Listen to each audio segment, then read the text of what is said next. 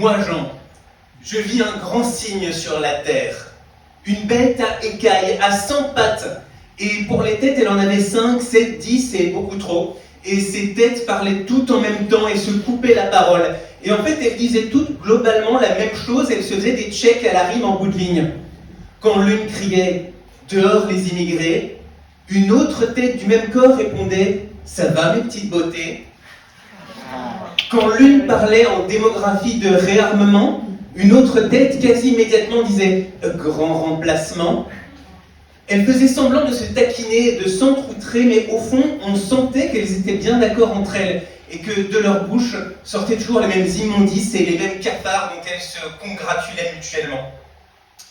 Le souffle dont on ne sait ni d'où il vient ni où il va, le souffle, heureusement, jouait avec les échos. Quand une des abominables gueules crachait « La France des honnêtes gens », le vent répondait « Rends l'argent, rends l'argent, rends l'argent ». Ou bien encore « 6 mois ferme pour Claude Guéant, Guéant, Guéant ».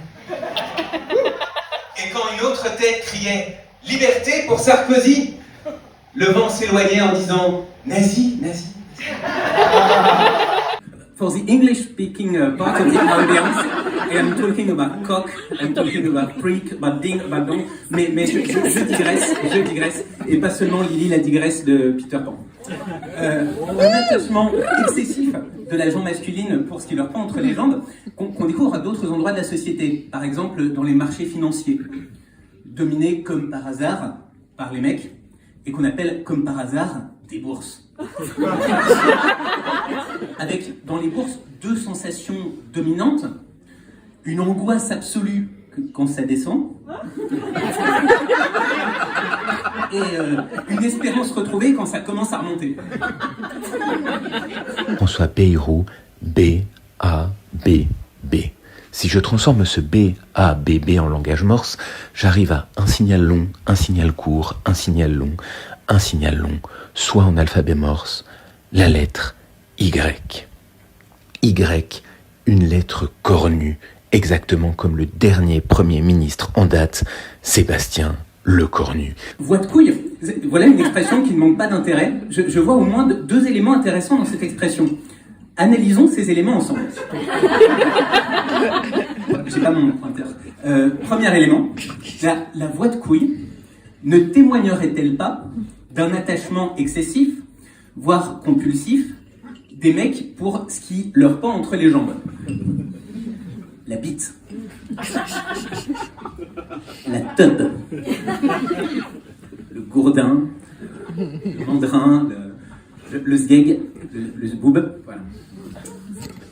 For the English-speaking part of the audience, I am talking about cock, I'm talking about freak, about ding, about dong, mais je digresse, et pas seulement Lily la digresse de Peter Pan.